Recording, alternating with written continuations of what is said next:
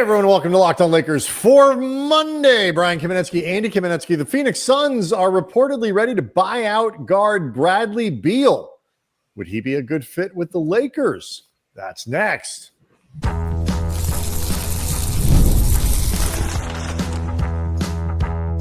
You are Locked On Lakers, your daily Los Angeles Lakers podcast, part of the Locked On Podcast Network, your team every day. Thanks to everyone for making Locked On Lakers first listen of every day, Monday through Friday, no matter how or where you get your podcast. This one is always free. It is never behind a paywall. Hate those things. Locked On Lakers on YouTube. So over 35,000 subscribers are all hanging out, talking to each other, talking to us, and wondering whether or not Bradley Beal might be a fit with the Lakers. Would another potentially useful free agent who could be had well below market value drop into the Lakers' laps because the NBA continues to get weird. We saw Damian Lillard, who won't play this year, or at least not most of it. It's the only reason he's not going to be on the Lakers this year. Right. Presumably. He is. I'd like to think they're not going to use a roster spot on Damian Lillard, given the more than non-0% chance he's not going to play at all. Yeah. The Lakers don't exactly have that type of roster space to spare. I agree with you. But he was released and stretched by Milwaukee so they could sign Miles Turner. Obviously, the Lakers benefited from Portland's decision to buy out DeAndre Ayton. He, of course, came to the Lakers at a very discounted rate. And now, Andy, Bradley Beal, Phoenix shooting guard Bradley Beal, veteran of the NBA, St. Louisan, should be pointed out, went to Chaminade in St. Louis, just down the street from where Andy and I grew up. And so he is owed approximately $7 trillion by the Phoenix Suns over the next 3 seasons, I believe it is.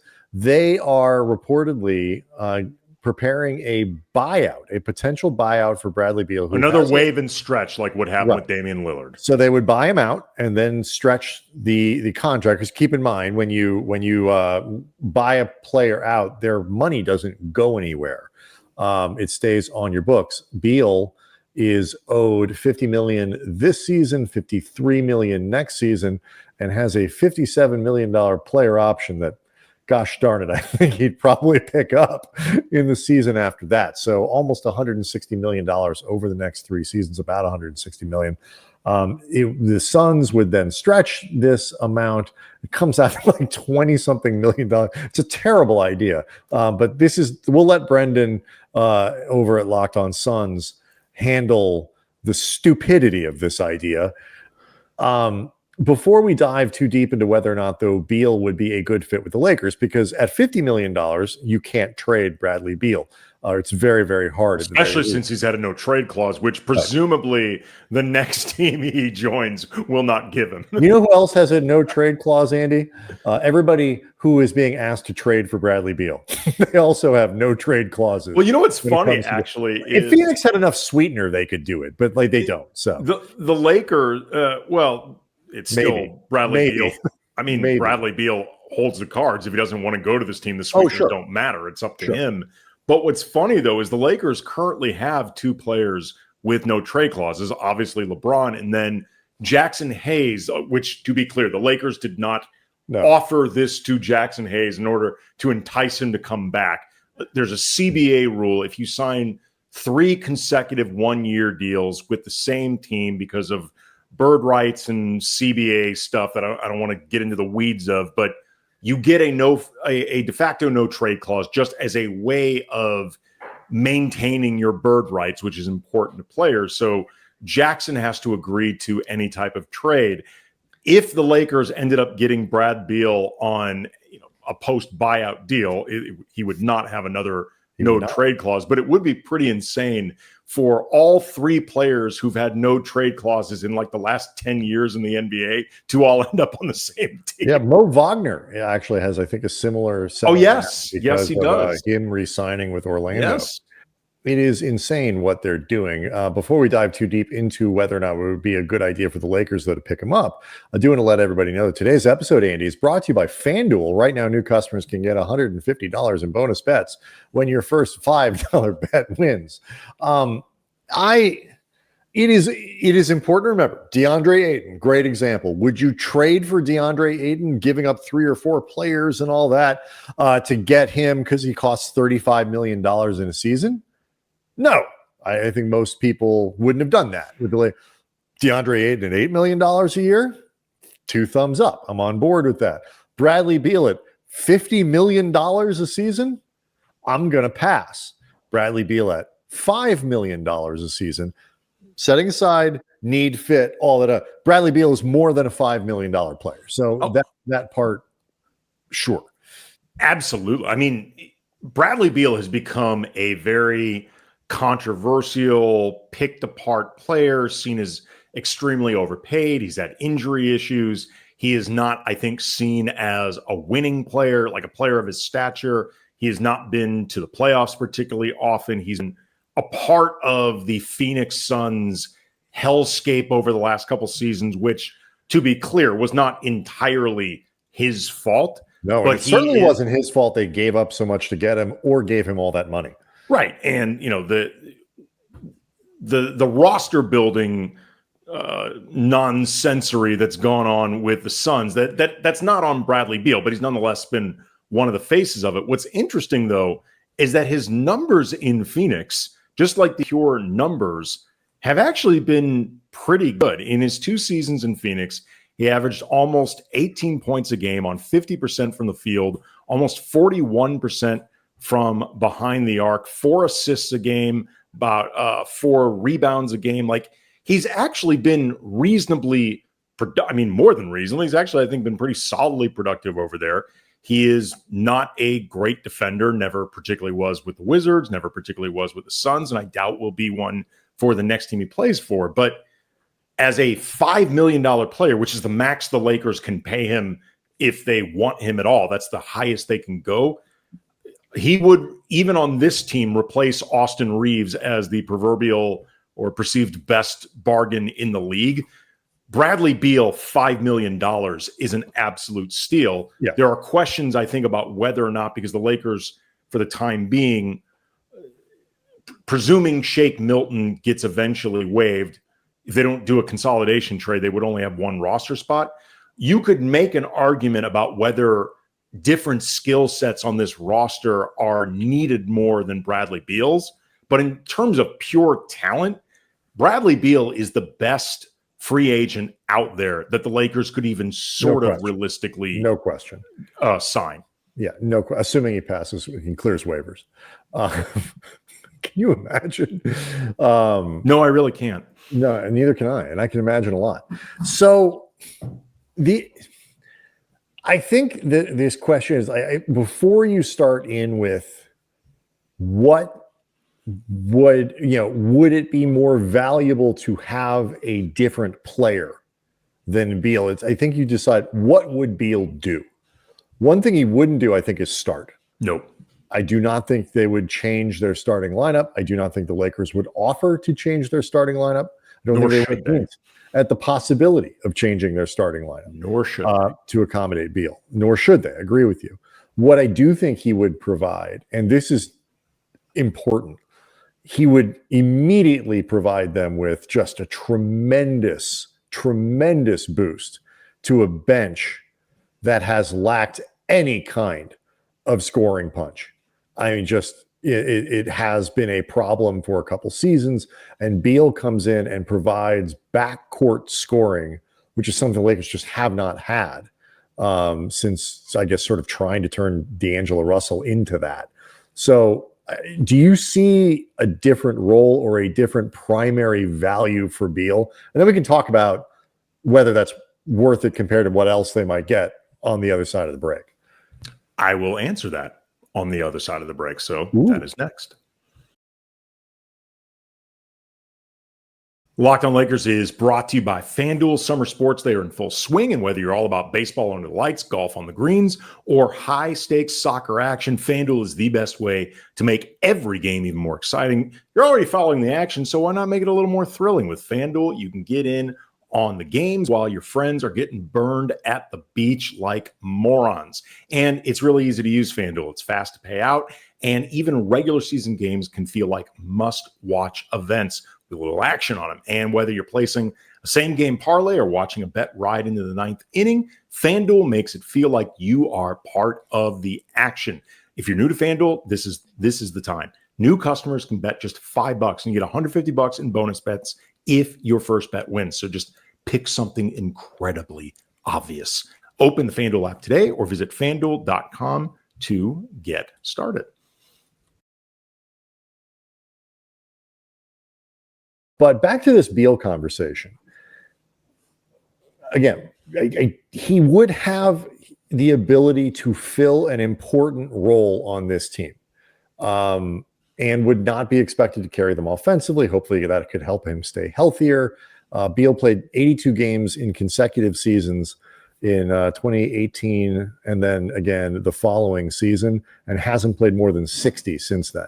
So some of that is his actual health, some of that is Phoenix, but he's just been banged up a lot. He's always had a history of getting hurt. Always has. And so, there are concerns there, but he would really definitely uplift their bench scoring in a significant way, and that matters. Yeah, I mean, we saw that all throughout last season, and particularly in the playoffs. The Lakers bench, especially once Dorian Finney-Smith joined the starting group, but even while he was there, they just could not be relied on for persistent, consistent production. Even when they were playing with guys like LeBron or Anthony Davis or Luka or Austin, you need somebody that's not part of the first five who can score like that. And Bradley Beal can do that. He also is not somebody that should start alongside Austin, Luka, LeBron, and DeAndre Ayton. Rui would be the guy that would come out of the lineup. The other four, you can't argue for the other four to come out. Right. If you don't, you could play. I mean, if you wanted to, you could, put Beal as sort of your nominal point guard. Just you'd be playing a sort of a small lineup and all that. But yes, it would have to be Rui that comes out. Right. It would have to be Rui that comes out. And let me tell you something. If you think there are defensive questions with the starting five with Rui in there, wait till you see what they look like with Bradley Beal in place of Rui. Rui is prime Ron Artest compared to Bradley Beal. Yeah, the other option would be moving Reeves, and Reeves is a better player at this point than Beal, and the politics of that would be terrible. I was going to say I think he is a better player than Bradley Beal, but like you said, the politics of that I think would matter a lot, and the Lakers want to keep Austin Reeves, and even if they didn't, this isn't the best time to trade him anyway because he's in a walk year. So. And also, I just think Bradley Beal makes more sense coming off the bench. Totally. He's already done that role in Phoenix. Yeah. And like we saw with Russell Westbrook, once you take that Band-Aid off, it's always difficult for the first team that does it. But like we saw with Russ, like we saw with Carmelo Anthony, once it happens, the other teams feel far more comfortable doing it. And the player, I think, has more of an acceptance of it because they eventually realize it's not that bad. And as long as I get a nice chunk of minutes, it's going to be okay.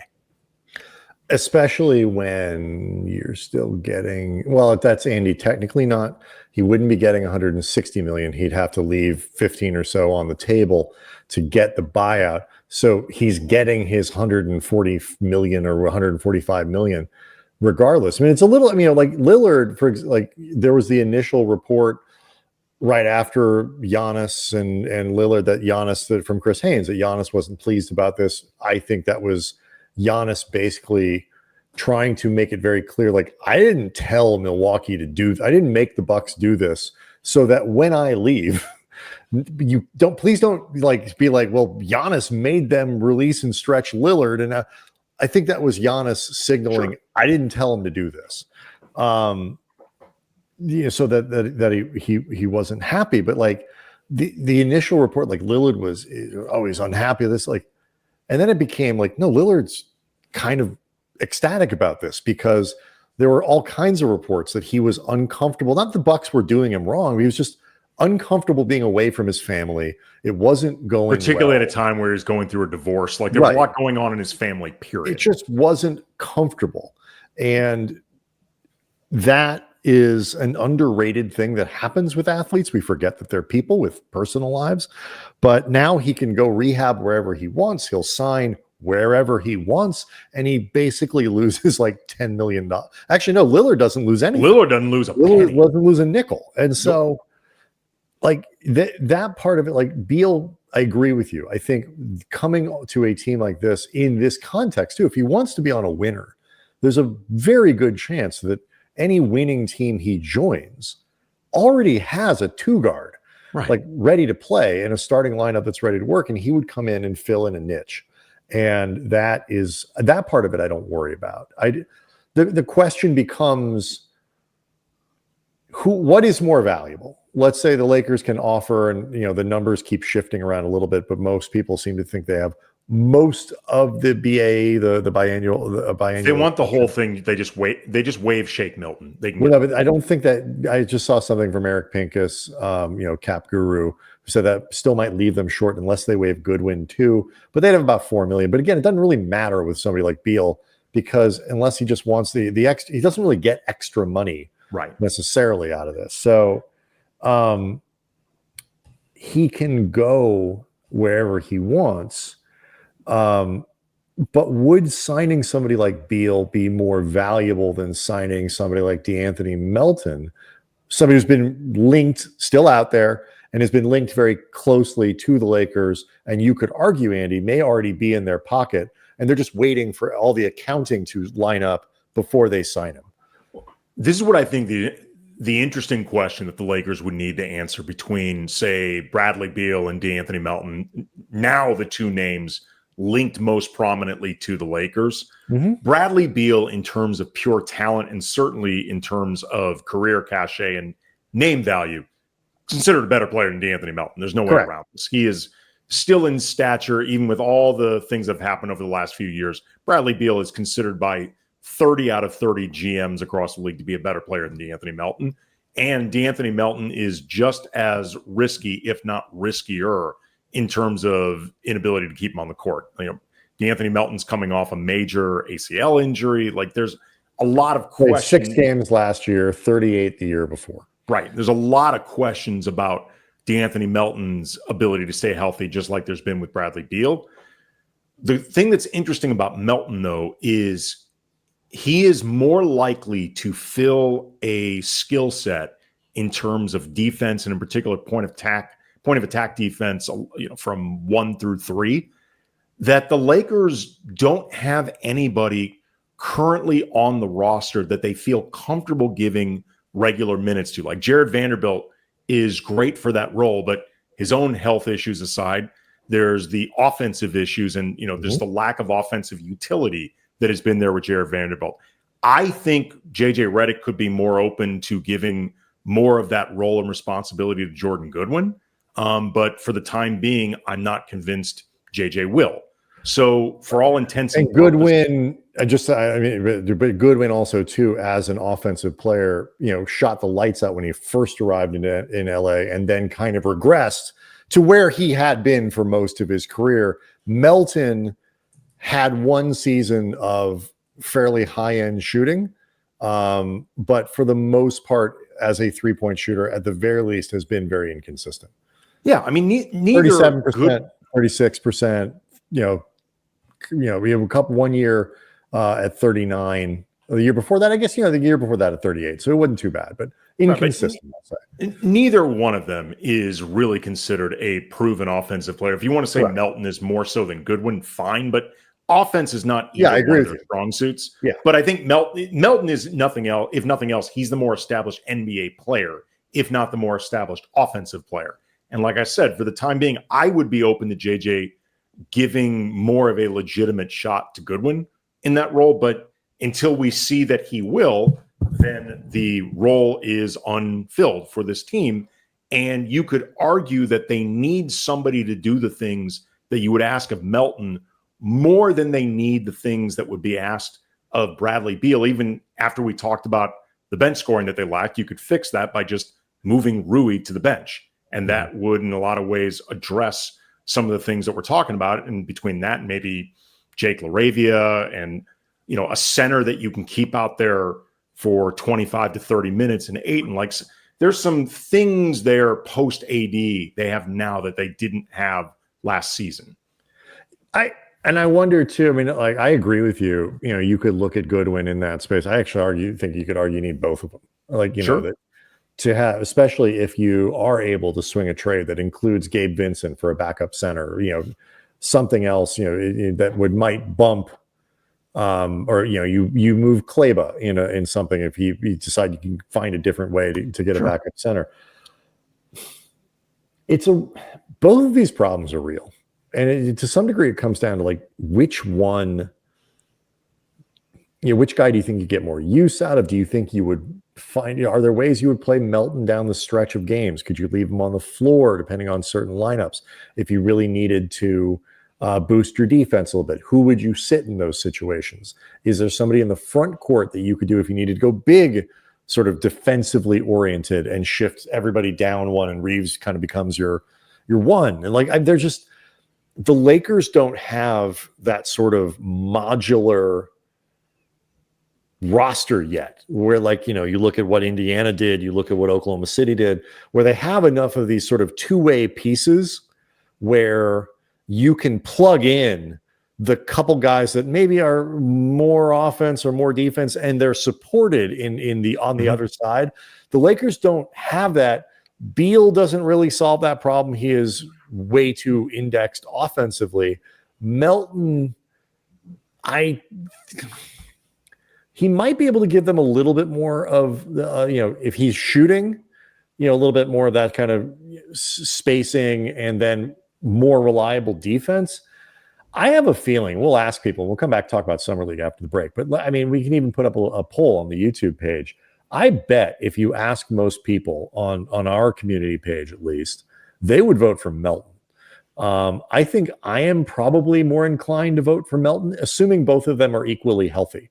I would need to know Melton is healthy, but if I could pick the skill set, I think I'd lean defense because they kind of need Beal's bench scoring, but they clearly need some combinations of backcourt defense, and Melton does that with a little bit more size than Gabe Vincent does. But let us know what you think in the comment section on the YouTube page or Cam Brothers on Twitter. Summer League, Andy, how'd Dalton Knecht look? That's next.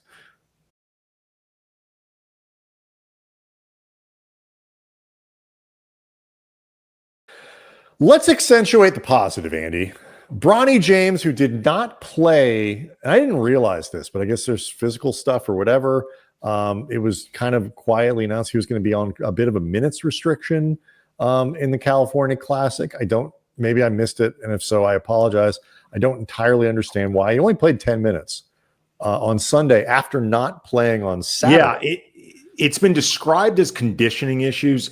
What has not been described, and unfortunately Brian and I are not in the Bay Area to ask about this, but it has not been clarified why Bronny would not be in the proper conditioning right now, as opposed to Dalton Knecht or anybody else on the team. There's been no mention of a specific injury. Right. He was banged up at different points last season. Maybe it's just maintenance. I don't know. It's hard to know also, too, with somebody like Bronny who, didn't play down the stretch of the regular season, didn't really play in the playoffs, but that doesn't have anything to do with injury. He's not in the rotation. Right. So it's hard to know. So he played his 10 minutes on Sunday. Presumably we'll play a little bit more on Tuesday. We'll play more in Vegas. And everything looked good. I thought, nice continuing progression from last year. Again, 10 minutes here, but looked, I thought, particularly comfortable defensively. Knocked down a three, got in the lane, made smart choices. Just another, it's interesting. Summer League, you'll see this a lot of times. Are guys playing in a way that's the Bronny could be more ball dominant if he wants, whatever, or are you going to play kind of like how you would play with your NBA team if you're a younger player trying to break into the rotation. Bronny played more like the latter, at least to me, where in spots, he looked, he wasn't always bringing up the ball. He wasn't doing like a lot of that was going to other players, but he just looked very comfortable and very confident. Again, particularly defensively with what he was doing. 10 points in 10 minutes. 10 and 11. 10 and 11. Knocked down a 3, stealing a dunk. I was like, this is good. This is good. Yeah, Bronny knocked down 2 threes, actually. He had a great play where he got a steal from behind, poked the ball away from whoever was handling the ball for Miami. I think it was it was their first round pick. I forget it's the guy whose name I'm not going to attempt to butcher right now. He is from out of town. Right. He is I call him Miami ball handler. But Bronny took the ball off the steal straight to the rack, threw down with a lot of force. It was a really, really nice play. One of the threes that he hit was actually off balance, fading away. It was a legitimately difficult shot. And he just looked very comfortable out there. It looked like very under control, very relaxed. It was interesting when you said you thought he was playing more like he would be used. And I'm not even saying you're wrong. My counter would be, I'm not sure how Bronny is going to be used. I just mean that as a guy playing primarily off ball as opposed to a prime. But he is a 2. He's not a 1. He's a 2. I don't know because he at times seems like he is 2-guard skilled, but he is point guard size. So the truth is, I'm not saying this to argue with you. I'm saying I legitimately still don't quite know what his use will be in the NBA for however long his career lasts. I mean, it's not fair. a knock on. I would say the only thing I would add to that is just a sort of acknowledgement of like, he moved the ball around. Like he didn't attack. Like he wasn't like, I'm out here to be our scoring 2-guard. Like that, he's not maybe wired. That's what I'm getting at. He's not wired like that anyway. No. I mean, that's just not. It's funny to say this about LeBron James, all-time leading scorer in NBA history, but LeBron is not naturally wired to score first. I agree. He just happens to be incredible at it. And has played for so long. But Bronny is, you can tell he learned a lot from LeBron. But I thought Bronny looked really good out there. I would like to learn more about what was keeping him from playing on Saturday and what is causing these minutes limits. But I wouldn't read if Bronny played badly in this game. I wouldn't read too heavily into it either. What I'm looking for from Bronny in his particular case, when we'll get into Dalton is a totally different context. But in Bronny's cases, do you see incremental improvement from last season, rookie year, largely in the G League? And the answer, based off those 11 minutes, is yes. I would say that here's the formula with second-year players. Anybody who's been through the program more than once, you want them to look like the best players on the floor. Cole Swider, who was fantastic this weekend, I think is ultimately kind of what you call in baseball a 4A player, where you're not quite ready for the major leagues, but you're probably too good to play in the minors. So you used to call Colin Castleton that all the time. Same thing.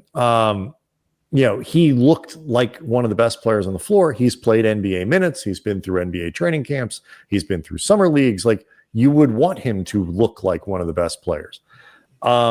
So whenever you have experience, you want those guys to stand out as your best players on the floor. And that brings us to Dalton Knecht. And I don't think we're going to have enough time to get through this whole conversation on Knecht because he was bad over the weekend. He got a little bit better on Sunday. Particularly as the game went on, second half started to find a little bit of range offensively, not necessarily so much with three-point shooting, but just little floaters and getting into the lane and stuff like that. And it just picked up his energy, which was atrocious on Saturday, especially on the defensive side. I mean, he was really bad defensively, I think both days, but especially on Saturday. Knecht not only is a guy who was in the league last year, he played. Yeah. Like, he played real minutes. Maybe not as many as people would have liked, but he got real NBA experience. He is also an old second-year player. He's 24 years old. Jake LaRavia, who the Lakers signed at the beginning of the free agent period, is younger than Dalton Knecht. I think the expectation for Knecht is for him to play well and stand out in Summer League. And he did not in a good way on Saturday and Sunday. And that if that continues through the rest of summer play, it's very distressing, I think, for the Lakers on multiple levels, which we can unpack over the course of the week. Yeah, the litmus test you and I always talk about for second-year players who, like you said, played real NBA minutes. And Dalton, the last couple months of the season, was in and out of the rotation, but he spent enough time that he qualified as having a legit first season. They should look so good that you wonder if they're going to get shut down at some point, because the summer league is kind of a waste of their time. Like Brandon Ingram during his second year. Great example. Brandon Ingram and Brandon Ingram's rookie season, while Brian and I were very insistent guys, he's going to be good. Just give it a minute. His rookie season was very up and down. He had a lot of people down on him. And then he played one game in the summer league, crushed it. And the Lakers like, okay, we've seen enough. He doesn't need to be here. Let Lonzo, Kuzma, Josh Hart, Caruso, those guys get more minutes than they need more than BI. BI's fine. That would be the litmus test for Dalton Knecht. Forget the fact that he didn't pass it this weekend. He was like the fourth or fifth best player on his own team. It really was. Much less not passing the litmus test. It was, Bronny in his 10 minutes was better, or 11 minutes. Cole Swider was the best player. DJ Stewart was very good. That was going to say, and then guys that you don't know. Right. He was terrific. I don't mean you, although I do mean you. You don't know him. I don't know him. But like the average basketball fan does not know who these people. You got to be hardcore to know who some of these guys are. Now, granted, those guys are killing themselves to try to impress an NBA team somewhere. They're trying to make a G League roster. They're trying to get an Exhibit 10 contract or a two-way or whatever. So the incentive structure is different. But you're right. Like they just looked more complete. Dalton shouldn't have to work that hard to be better than those guys anyway, in terms of stature, pedigree, where he already is in the league.